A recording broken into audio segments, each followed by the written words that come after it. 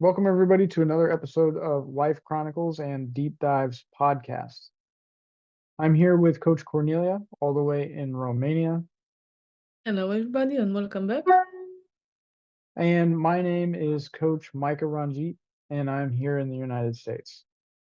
Today, we're going to be talking about movement, all forms of movement, what's good, what potentially is not good, and some side stories that might be a little funny.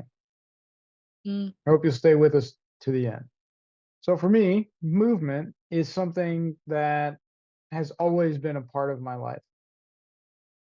From childhood, I was always running around the jungle gyms, probably doing things at the jungle gyms at like second and third and fourth grade that I probably shouldn't have been doing, like flips and trying to jump from one thing to the next and always trying to go the extra distance. And as I got older, it changed into like sports and free running, parkour type stuff. I did play basketball. I did play soccer. Um, I tried my hand at football, and then I fell into martial arts, which is kind of my area for movement, and then like weightlifting. More recently, I've kind of moved towards a combination of martial arts, weightlifting, and yoga. And so from childhood, I've actually done a lot of different, kinds of movement that is fun, that is some of it's not healthy. I have done some interesting stunt work that just to see if I could do something, I would do it. Um, which doesn't always equal good types of movement. So for me, it's just trying to find a balance. Now mm, I have a spinal injury in my lower back from military service, which prevents a lot of the extra movement that I used to do. Um, and some of the movement that I have to do now is extra careful. And so I just kind of have to take it step by step. Oh, one more thing. I when I was younger, I used to do some dance, not like at a studio or anything. It was just like a school program that they had. And then as I grew up, I realized that through martial arts, that dancing and martial arts are very similar. Um, so I would listen to movie soundtracks from like martial arts movies, especially like the poetic and balletic, slow motion and highly choreographed fight scenes. And I would see it as like a dance. Translates into years later as an adult. Over the last few years, me and my fiance have been working on a couple of different dance routines um, that combine like a traditional or classical sense of dance, which I have to have a like a teacher teach me how to do those things because I I don't know how to do them. And I move kind of clunky, but it's okay. Classical combined with contemporary dance movements, um, just to keep the body going. that's great. But before the back injury that you have now, did you break anything? No, never Oh, had that's any major injuries from just movement. I mean, I've sprained some ankles, but I've never actually maybe hit my head on stuff. Never mm, broke a bone. Never dislocated anything. And I mean, we're talking about climbing trees and then falling out of them, we're like 20, 30 feet, hitting branches on the way down. We're talking about jumping from the bed of one vehicle to the hood of another vehicle while it's moving. mm, mm. Um, we're talking about hanging out in the bed of a truck while it does donuts and then flying off the side of it. I mean, we're seeing a lot of different types of So now, types of movement.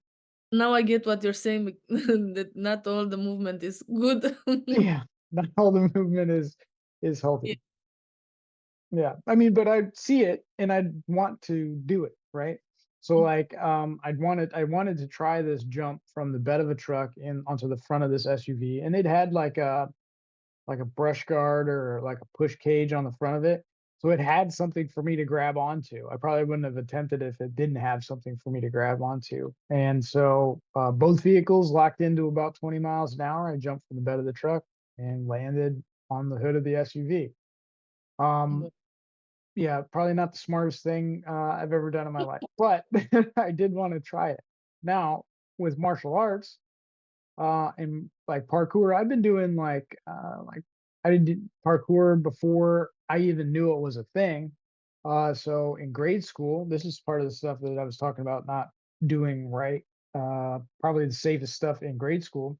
So we'd have like these metal bars, jungle gyms. One looked like a house or a train, and then hamburgers and like now the more modern type of jungle gyms and monkey bars. And I'd be trying to like jump off of those things or do flips while I'm jumping off of those things or tuck and rolls or jump from one to the next with no hands. Like it was quite intense. But I never broke a bone.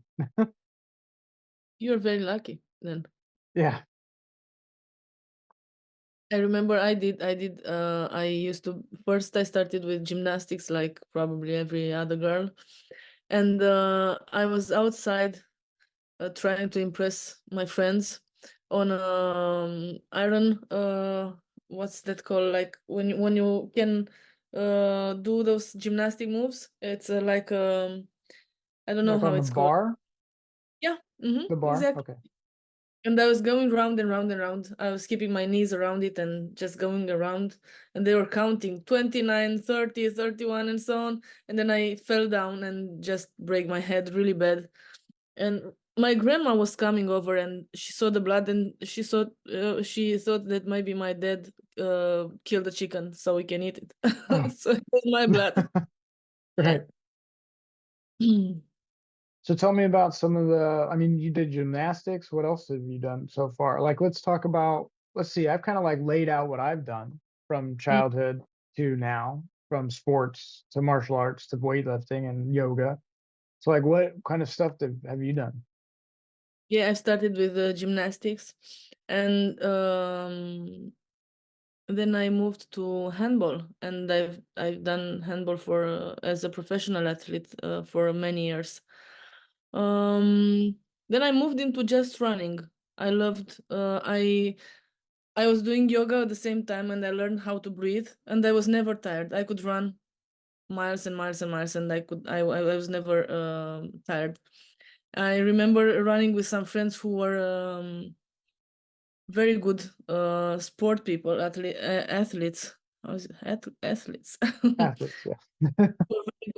Were very good athletes, and they were so angry with me because I was not an athlete anymore. I was just working, and I was also smoking at that time. But with that breathing from yoga, I could just go on for hours. I would never.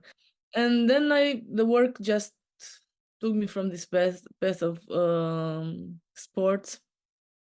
I did a lot of dancing in high school, something I forgot to say. I loved it. And I kept in my life, it's at least 15 minutes of moving around. And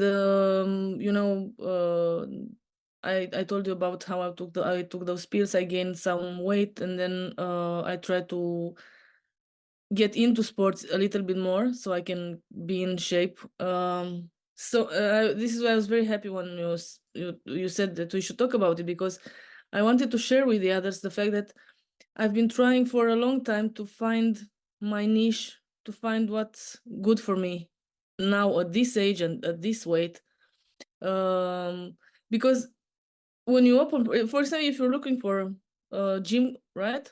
Everyone is telling you this is good for you. The next good thing in sports for you is the bicycle or swimming or this or this, and it was very hard for me to find what's good for me now. Mhm. And I'm trying to tell my friends as well to find something that fits them. For me, dancing, I have friends who are going to that Latin dance. I don't know how it's called. Mhm. It's great for them. It doesn't work for me. So we have to find what's good for us. Right. A little off topic here. I did want to point out that we've had conversations prior to this podcast about how like medicines can cause like weight gain.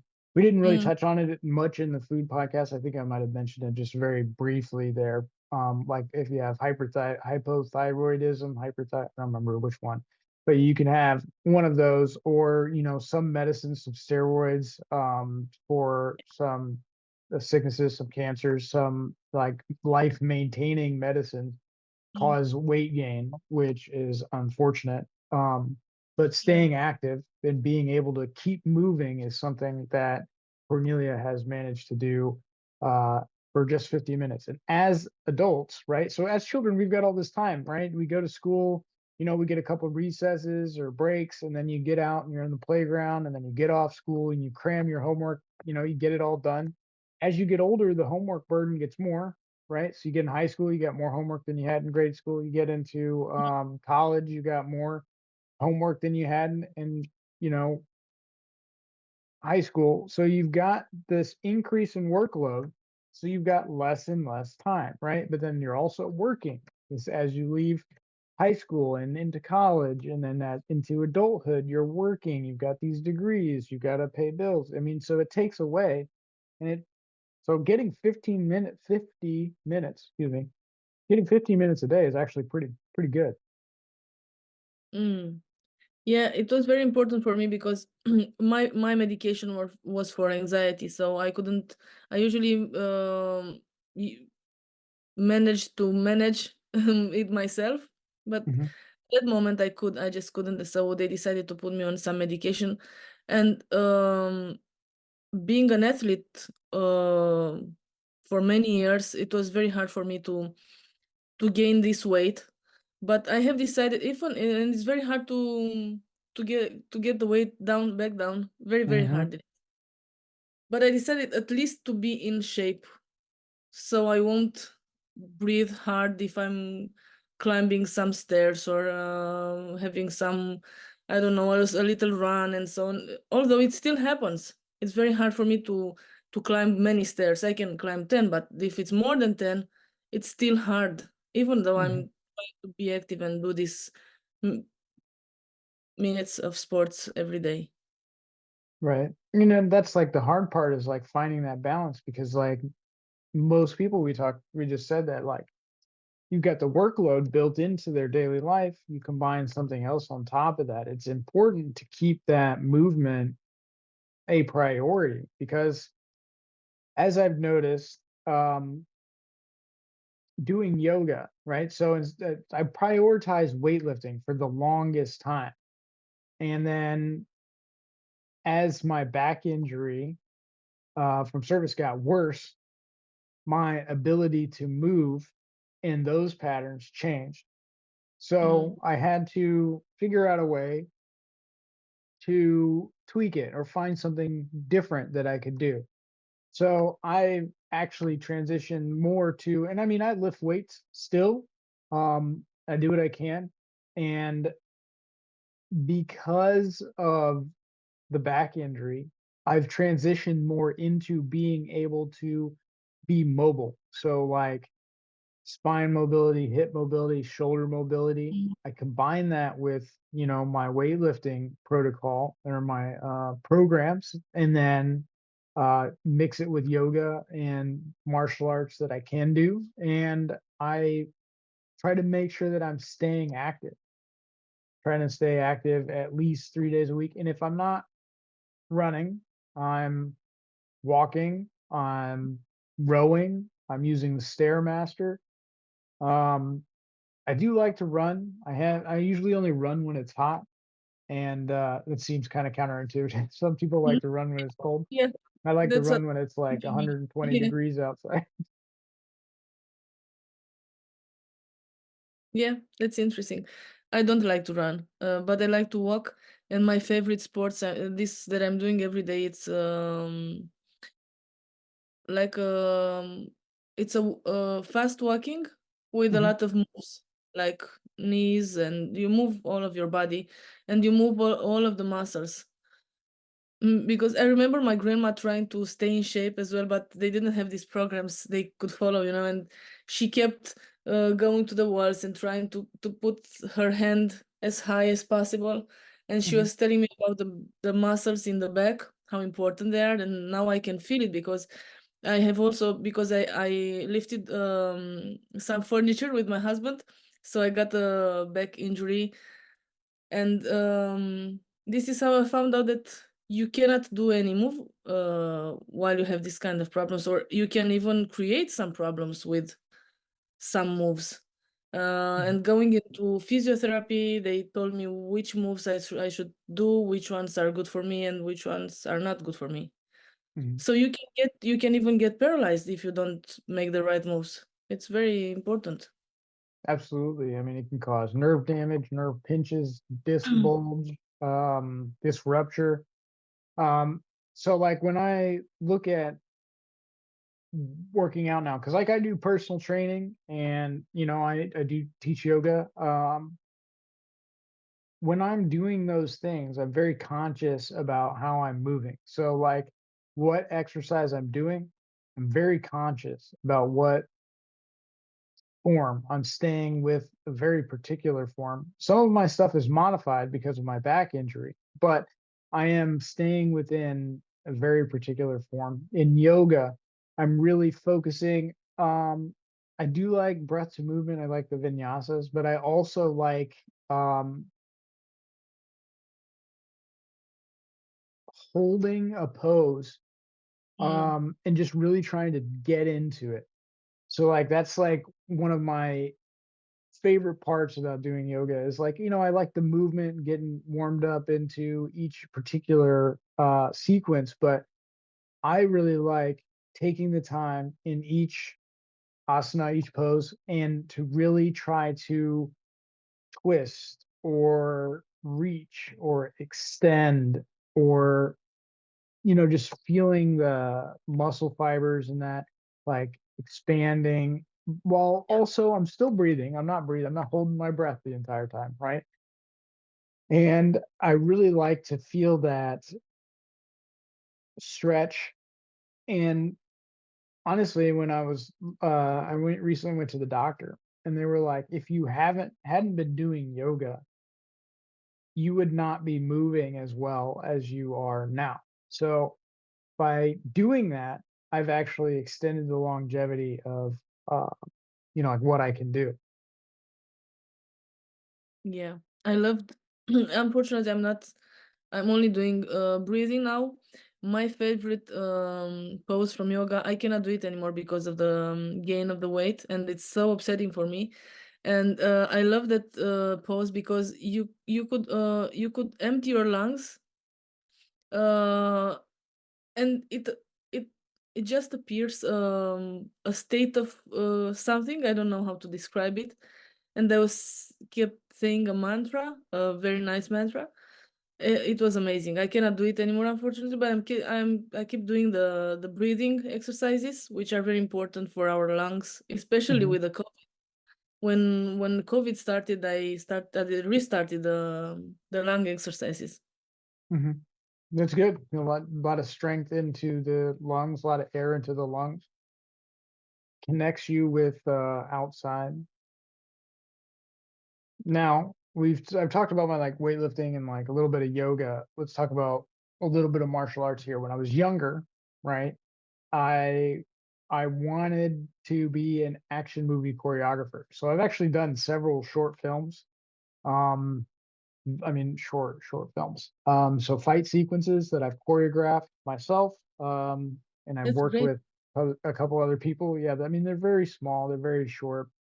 Um, one of them like was a college project for film school. One of them was just something I was doing while I was in the military that I wanted to put together.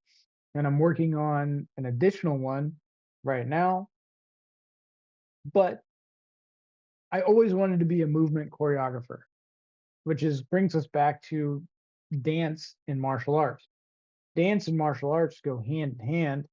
And when I look at it, it's about capturing a scene of beauty that Mm, is well timed, but it's also like, I'll say it, violent at the same time, but it's also beautiful to see the interactions between the two people. So like just like somebody looks at a ballet mm, or like a hip hop dance routine, I look at a fight scene in a movie, right?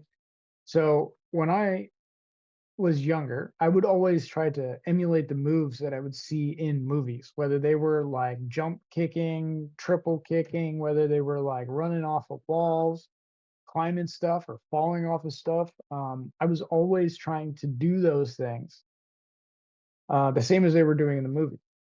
Now, catch is that a lot of times those movies, ugh, the catch is a lot of times those movies, they're actually filmed at a slower speed and then they're played back at a normal speed. So what happens is everything's sped up. mhm. So I'm as a kid trying to match the speed of like my favorite characters in a martial arts movie and memorize their routines, but I'm trying to be as fast as them. In some cases, I was able to achieve that level of speed. Particularly with my hands, I was able to really get some really good hand speed, motion and choreography going. Transition to now where because I've done those things, I've actually kind of transitioned to a less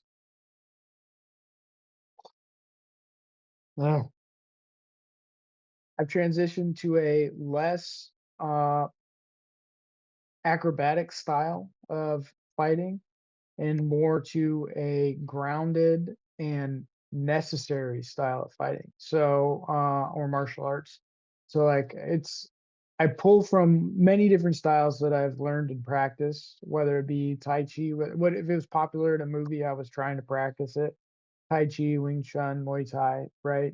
I started out with Taekwondo, right? I take from all of those and then I utilize what I can um, in a practical sense. So nothing super fancy, but I mean, even I bring kung fu into like my modern fighting style now, and it's Mhm. nothing super fancy. It's literally just I try to be as efficient as possible and maximize my output while minimizing my energy expenditure. And that's kind of like my fighting. It looks like kickboxing with So, some so, different types of moves. so you just made your own martial arts, right? Getting Yes. something that fits you from each style and just put something together. Yes. Must be interesting. Mm, Then I do teach it. Like I've had a couple of students. And when I have time, I take on students and then I teach them the same thing. And it's all about basics and repetition because the efficiency comes from the repetition of movement, right? If you repeat a movement over and over again, you will then be able to do that movement more efficiently. I don't know if we've talked about it, but if you repeat something like 1,000 times, it becomes muscle memory. Your muscle remembers what to do. You don't even have to really do it. It's like riding a bicycle. Once you I, learn uh, how to I ride a bicycle. I can swear by it. After the break I took from sports, when I started again, my muscle got in shape so fast. Hmm. So I didn't have a lot of fever, muscle fever, or whatever it's called. I didn't have these problems because my muscles were somehow uh, taught how to work or something. Yeah, So I mean, yeah, they just remembered what you were doing before. yeah. They're already efficient. They just needed to remember what it was that you had been doing previously, but they maintain a level of efficiency. It's really easy to learn a movement pattern that you've already done before. and Mm, it's like a mind-body connection, but it's also retained in the muscles. The muscles remember that experience. Uh, so like doing that, developing my own martial arts style, training the efficiency 1,000 times becomes muscle memory. You get up mhm, to 5,000 times of the same repetition, you're going to start seeing a change from muscle memory to instinct. mm, So being hypersensitive to my environment around me, I use that to my advantage, and I allow my body to instinctually respond to the environment or threat in using martial arts. Um, typically, if I got sports, if I'm trying to catch a ball, I may not be able to catch it. Be standing there and like, oh, it's right through my hands, right? But if I am not prepared for something to happen, that's when the mhm, magic happens. So like even now I've noticed even getting older that like if I get startled into something like a flip or into a tuck and roll off of, a higher object onto a lower object or spin kick or something like that, if I get startled into it, my body instinctually reacts using that combination of muscle memory to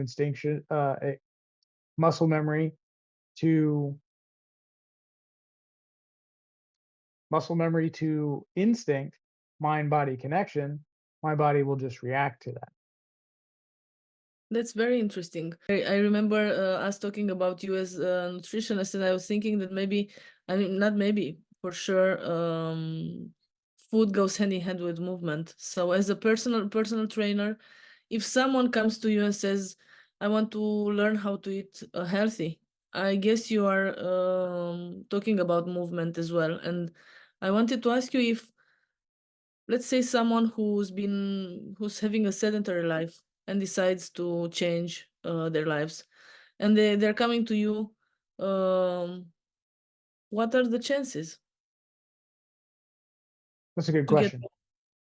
I'm asking you this because I've experienced this. I don't know how to call it, when you restart uh, doing some sport and you get very tired so fast. You have pains all over your body. You discover new muscles that are very painful, Mhm. uh, and you at least when I restarted doing sports, I was very upset, and I thought that I don't have any chance to get back in shape again. And this is why I was asking you the question. So, like, once somebody, let's say somebody comes from like a sedentary lifestyle or where they've not been as active as they were in the past, their body is under a significant amount of stress already from not moving, right? You'd think movement would cause your body stress, but it does in a good way. It's where the movement has stopped. So your body's under stress because you're not moving. In order to fuel that movement, a healthy diet is important. And we talked about healthy diet in our last podcast, but putting the right fuel in your body allows you to perform better, not just physically, but mentally. So, movement, let's say, is fueled by what you put in to your body. And like for getting somebody away from a sedentary lifestyle with the new muscles, and it's about getting a right taper up so that way they can what they're coinciding like a good fuel diet, so they're going to change their diet slightly, right? And this is for health purposes, right? So we're going to change our diet slightly. um Maybe we're reducing like a 20% calorie load, but then we're also going to incrementally increase the amount of movement over time. So we're not going to start somebody on a 10-mile marathon that hasn't ran for 10 years. We'll start them on something maybe low impact, just to get their body moving. Mm-hmm. We'll also do like, it's always important to start with dynamic movement exercises, static stretching, right? So like incorporating these into a daily movement routine is helpful. Um, Off topic here, I was thinking about this. Like contemporary dance, in some cases doesn't really look like dance. It's just somebody moving their body in a different way. Some people it's art, some people it's dance, some people it's just people moving their body in a weird way, right? However, during contemporary dance, we're moving our bodies, or the artist is moving the performer is moving their body in different ways that they wouldn't normally. These are like movements they would not normally do in real life. So that's increasing flexibility and mobility, which all go back into movement. Now, if we look at that and we can add that to somebody that's doing a sedentary lifestyle, let's say we don't just put them in the gym or on the track. We give them something that's fun and exciting for them to potentially incorporate into their movement routine. Whether it's, it could be martial arts, could be Tai Chi, it could be contemporary type dance, it could be um, small muscle engagement, movement routines. I mean, there could be any number of things that could be incorporated into this. The idea is that one, they have to be motivated to continue it, so they have to have fun, right? If you incentivize something, it will continue. So as long as they're having fun, they'll continue. Now that doesn't mean they're not putting in work doing those movements. It just means that we've added a layer to it that wants the that they will want to come back to. So I like to incorporate, just different types of movement patterns. So it could be like funny walk Fridays. It could be, just something different that gives them something to look forward to.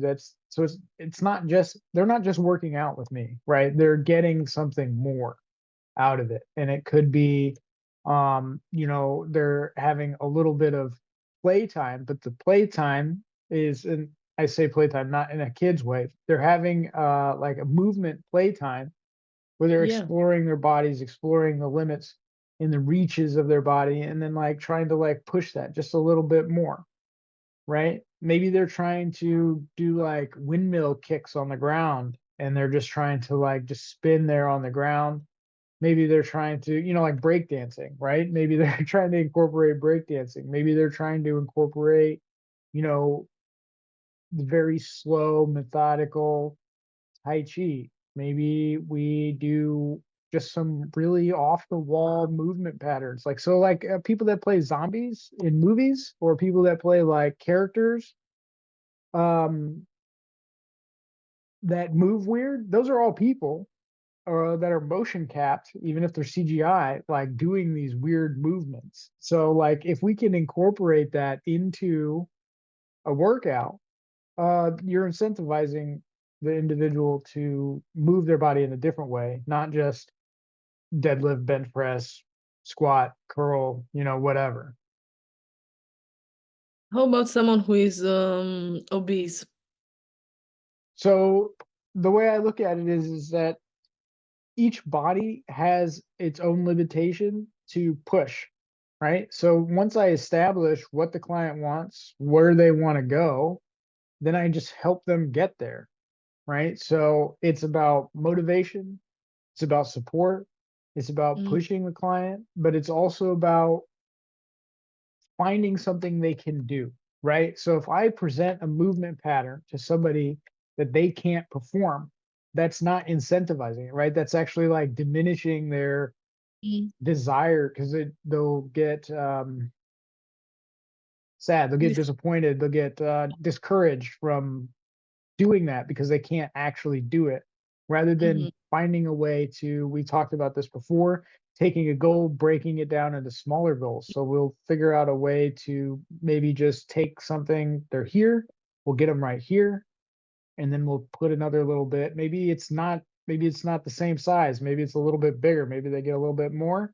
And then, up here, maybe that one's just a little bit smaller. And they're slowly, incrementally gaining more, right?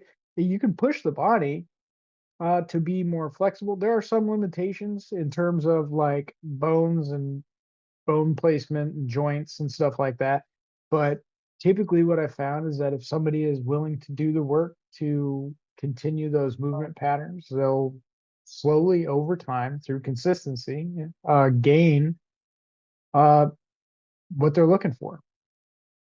What would you tell to the ones that are I give my own example. When I 5 years ago, when I gained weight and I decided to at least to remain in shape, uh, being I wasn't sedentary, but I didn't do much sport, much movement. I was just doing daily life, and that was all.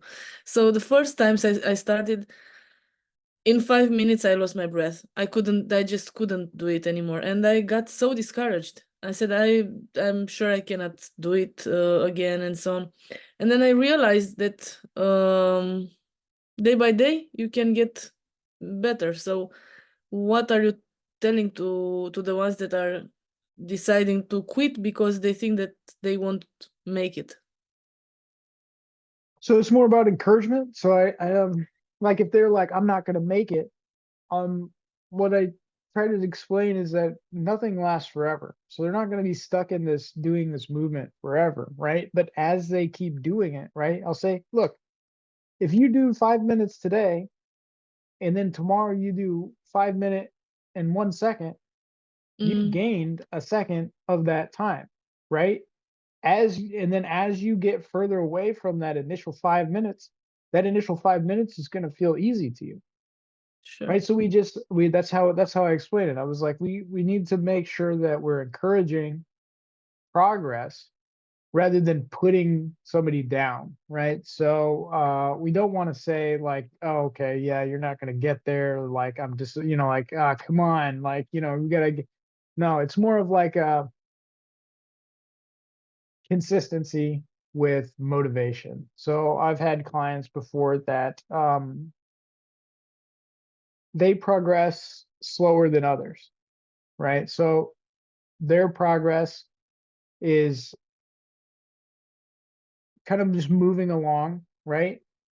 There is something to be said for client the client's own engagement, right? So like what work they're putting into. If I'm working with a client once a week, um, and they have a workout routine, that part will be up upon them to continue to do those movement patterns or whatever we've got. Same thing if I'm teaching martial arts, right? If I'm teaching martial arts and I'm with you one hour a week, you're not going to get better just by working with me that 1 hour. You're going to have to put in your own extra time in practice to get better. Um, but typically, I will encourage, right? So the problem I encounter is more of I'm encouraging a repetition to get a client to a certain level. If they feel that they're not advancing enough, then they start to get discouraged. However, I try to point out that learning the basics, right? Whether we're doing like a workout routine in the gym, whether I'm teaching martial arts, whether I'm teaching like, yoga, um, learning the basics is important because that's how you can learn advanced stuff. You're not going to be able, I mean, unless you're a prodigy, you're not going to go into something, pick something up, and just be, let's say martial arts. You're not just going to be able to come into my classroom and pull off like a 540 or a 720 turning tornado kick in the air, right? Unless you're a prodigy, or you're hooked Mm, up to a wire team. It takes time to get to that point. Now, I've talked about like my martial arts patterns. Um, when I was younger, I used to spend a lot of time in the air. I was a pretty good kicker, really good with my hands. I'd be jump spin kicking all over the place. Several of my tests were spent most of the time jump kicking. It was for Taekwondo. Um, Even like small sparring matches where they'd pin me and a buddy of mine up together, and then all we could do was jump spin kicks, right? And that was always fun to me. As I've moved into a different realm, older, movement patterns changed. So now I'm not doing as many jump spin kicks. I stick to Mm, more practical stuff. So I've got, three kicks in their variation that I try to stick to. If I'm committing to a jump spin kick, it's different. But you can see the changes there. It's not discouraged me, right? I haven't practiced. I probably wouldn't be able to pull them off nearly as good as I could when I was, younger. But it's an evolution of movement. So as we get older, clients get older, people get older, their movement patterns evolve. Some mm, movement patterns just go to, let's say they'd at least run around the playground as a kid. Now they're getting older, they're working, their movement pattern is walking to and from work, from their car to the store, you know, that's it. It's about what the person wants in life. Do they want to be healthy? Do they want to be mobile? Do they want to be athletic? Like, I mean, it just depends on what their goal is. For me, I already know that with my lower back injury, if I don't stay mobile in my spine, uh, I won't be able to walk very well mm, in my older years, right? I'll be having to use a cane and a walker sooner than most people because of that spinal injury. So with that, I'm trying to maximize. I'm actually trying to heal my back through movement. Um, and there's a couple different protocols I'm using. Obviously, I'm reducing my impact driven weightlifting, and I'm transitioning more towards yoga. I'm not mm, doing a whole bunch of trick moves in martial arts, even though I didn't really learn a whole bunch of trick moves in martial arts. I'd always try to pull them off, on the trampoline or whatever. I'm sticking to more stuff that's practical. All of my twisting and move contorting and stretching is done using yoga. All of my impact stuff is through martial arts, and my weightlifting has moved from, and I've always been good at low body weight, high power output. So like at my body weight, I'm putting out, you know, the same if or more than people that are a lot bigger than me. And mm, that's kind of been my thing. It's like always strength over size. The mhm. looks come with the strength, but the strength is what comes first. Yeah. My workout routines have transitioned from being, a lot of extra movement in them. And I can still do like CrossFit workouts and, like HIIT workouts and stuff like that. I still do those occasionally when I can. Um, but most of my weightlifting is now slow and controlled weightlifting. I'm still putting out a lot of, poundage. I guess that's the way you'd put it. Putting out poundage, whether I'm pressing it or whether I'm curling it, whether I'm pressing it down or pulling it towards me, right? I'm still utilizing a lot of weight, but the focus is more on slow and controlled movements now. Still moving, but I'm trying to prevent further injury Mm. while also maintaining and gaining strength, even at 35.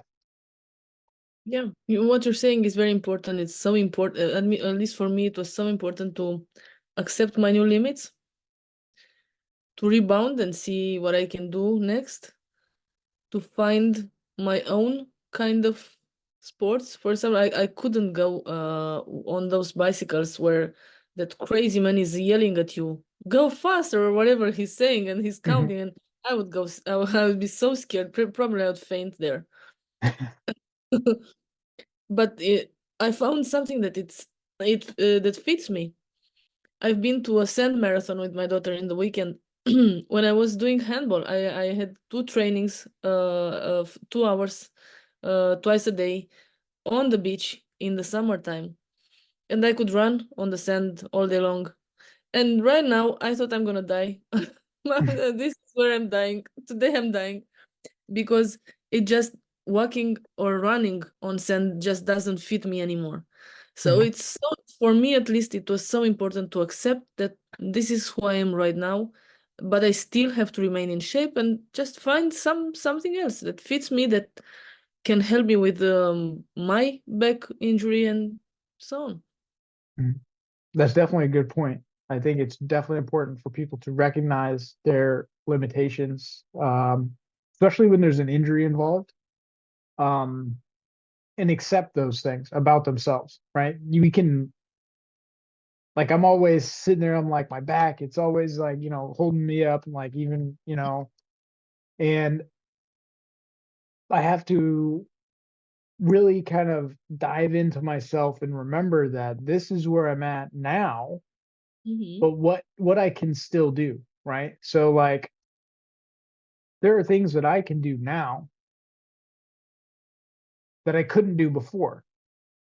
And that's because I've modified like my workout from previous to a different type of workout.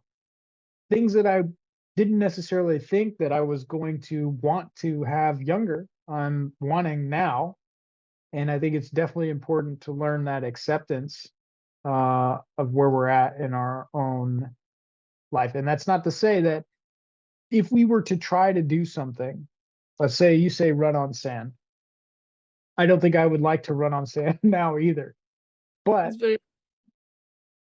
if I decided that I wanted to run on sand and I wanted to continue that, or I wanted to pick that back up, I may not get to where I was when I was younger, which is up here. I may only get to here, right? Mhm. But that's better than, being down here. So Sure. through repetition, I can at least get some of what I had back. And that's like you talked about muscle memory, right? You had something, you're really good at it, and then when you came back to it, you picked it back up. It took some time to, it was faster than learning a new skill. Hmm. Sure. And when I'm doing my exercise, my daily exercises, I'm doing it with someone, like a video training in the morning, and she's always saying that you can see how you evolve by the way you catch your breath when you finish. So if it takes when you start, it takes a longer time to catch your breath and get back to the normal breathing. Mhm. After a while, it's just faster. Yeah, So it's absolutely. just, That's like the adaptation through the workout routine. I think the most important thing is consistency, and for me it was accepting who I am today. I'm not that athlete when I was 15 years old and 20 years old, 25. I'm someone else now, and I have to somehow find a new recipe for. So tell me about how you kind of like, okay, so first of all, let me ask you a question. Let me ask you a completely different question. For those of us in the United States, we may not know. I don't know what handball is. You're saying sand. It makes it sound like it's like volleyball where there's a net and then you hit the ball one side to the next. What is handball? I mean, it's not volleyball, and you Not don't volleyball. play it on the beach. We were just training on the beach, so we can. Oh, When you okay. train on the sand, your muscles become very hard and Hmm. very well trained. But handball is just you play on a field with a ball, 7 people in a team, and you just try to. It's as the name says, handball. You have a small ball, and you just try to score. Okay. Is there like a goal on each side? So it's like, Yeah, it's like football by hand, got it. maybe Okay. a little bit. Yeah. Okay. So for those of us in the United States, that's soccer, but you're allowed to hold the ball in your hand and run with Yeah. it. Yeah. Okay. Just Um, pass it to one another. Just try to. It's very fast. It's a very fast sport. You have to move very fast, and you have to have this like you are saying, this instinct. This is when I have. This is now I can hit the ball there. I can throw it there. I can try to score right now, and it's very. I loved this sport. Of course, this is why I've been doing it for so many years. so now that we've answered that question, let's talk about your, let's go in a little bit more depth of your move from what you used to do younger to what you're doing now. So are you still trying to figure it out? Or are you working through it, or have you kind of figured it out? I know you said we've talked outside of the podcast about how you do, like, you do yoga, you do, your workout routines, which is a lot of calisthenics. So you're not using like a lot of extra weight. You're just maybe here and there a little bit of extra weight, but you're doing a lot of movement and you Yeah. can do it at home. So talk to me about that. Yeah, I'm doing it mostly at home. So when I restarted, when I gained the weight and I decided that I have to remain in shape, when I started with hard things because I thought of myself that I'm still able to do it. I couldn't. It was so discouraging for me. Really bad days. I had really bad days. And then I decided to try to find something more fit for myself. And I found some walking program, but you were walking at home and you just stand still. You just walk in the same place, but you're doing all kinds of movements for your muscles. So you move absolutely every muscle in your body. You just and for me, it's very important. The mobility is very important for me, and the what do you call it? Resistance? Not Hmm. resistance. Stamina. Hmm. Let's call it. And the stamina is very important for me. So I can walk for a very long time without getting tired. I cannot run that much without getting, but I can walk for a very long time. So n- for my age and my weight at this moment, this is the perfect exercise because you're moving all of your muscles. You stay in one place. You don't have to go anywhere uh, because we don't have a lot of time, right? These days. Um, and it was fulfilling because I could do it. I started with 10 minutes, then 15 minutes, 20 minutes, 30 minutes. Then I decided to do a stretching program, which I love. I love to do stretching. Um, and then I found the crazy woman on YouTube who's doing some crazy I cannot go more than 7 minutes with her, but I'm still doing it. I the first time I lasted 30 seconds and then 1 minute, and this is what I'm saying. You just build a little bit in there, and now I'm at the point where I can do all of this in one morning without affecting me. Like a few years ago when I couldn't breathe, I should have. I wanted to sleep all day. Then I felt so tired. Hmm. Now somehow it brings energy. It gives me energy, and even though I have problems with losing the weight I should, being in shape and seeing that I can move, I can be mobile and so on is very important for me. I think that's good. I think that's great. And I think it's also important. You bring up a lot of good points about acceptance, but also how finding something that is good for you. Mhm. And it may not be the same for everybody, right? So, what's good for you may not be good for the next person or the Yeah, person, and I think it's important for each person to find what they're looking for. yeah. And sometimes that comes from trying a whole bunch of different things. Hmm.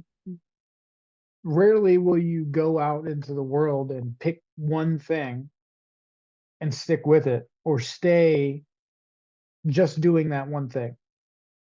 Yeah, You add to it, you change it, it morphs, kind of like a dance or a movement pattern, right? Each time you're adding more to that movement pattern, you're gaining experience, and then whatever you've learned previously is a little bit easier. I think it's important for people to understand how healthy it is to try different things, different types of movement, and to figure out what works best for them. Yeah. And one more thing, if for the ones that are having some extra weight, like I am, like I do, you can still be, I mean, I'm in a very good shape. I can do so many moves. Most of my younger friends who are not moving around, who are not doing any kind of sports, they cannot do the movements I can do. They cannot last as much as I can while while while we are going for a walk. They're trying to find a bench very soon, sit down and so on. So even if you're overweight, you can still be in shape. And I remember my first dancing instructor, she was obese. She loved to eat cakes. She was crazy about cookies and cakes, but she was moving great. She was a great dancer. And after the training, she was eating that cake because she loved it, but she was in very good shape. So you can be in a very good shape. Of course, the diet is very important, the food is very important. It's important for the energy and so on, but even if you're overweight, you can still be in shape. Absolutely. For me, the transition from like being strong has translated into I can be strong, but I can still be mobile. And in fact, it's translated from I can be strong, really strong, and I need to be mobile. So my movement has, you can clearly see it shifted from like weightlifting, powerlifting, from that to I could still be strong. I need to be mobile. So my movement now is more about mobility and flexibility. But there is something for that because within mobility and flexibility is strength. Sure. It is a very hard, even much harder for someone like you who is such a passionate sports player, let's say. I don't know another word. But it must be very, very hard to find yourself limited at one point. And you have to work with yourself so much, I think, mentally to accept the new limits and go on. I do. And working through those things, like I'm opening new doors. So like as a door closes, a new door opens. And I think that's important for everybody to kind of like remember is that like my powerlifting and like hardcore lifting 2 to 4 hours a day, that door is kind of, it's still kind of a little bit open. I still kind of do the workouts, but it's not Mm. all the way open like it used to be. For me now, it's more staying flexible, staying movement oriented. So like whether I'm wiggling and jiggling and doing some weird movement pattern, martial arts choreography, or I'm doing yoga, those things have now come through more than like the powerlifting. In fact, if I would say that because of the powerlifting, I'm able to be as strong as I am now with the movement patterns I'm doing. Yeah. I Anyway, remember, oh, sorry to interrupt. I remembered now when you're talking about this, that Andrew Tate said a very controversial thing, that depression doesn't exist, just go to the gym. And for me, I never had depression, but when I have bad days, we all have bad days or bad periods of time, I can honestly say that moving helps me so much. It just gives you a different state of mind, a different energy. I don't know. it does. Movement brings energy to you. Like you think you're expending energy, but it releases a lot of good endorphins and positive um, psychological effects come from movement. Sure. Well, thank you, folks. I hope you've enjoyed this episode on movement. If you have any questions or comments, leave them in the comments section below. We're going to link both of our websites in the description box, and we'll see you in the next one.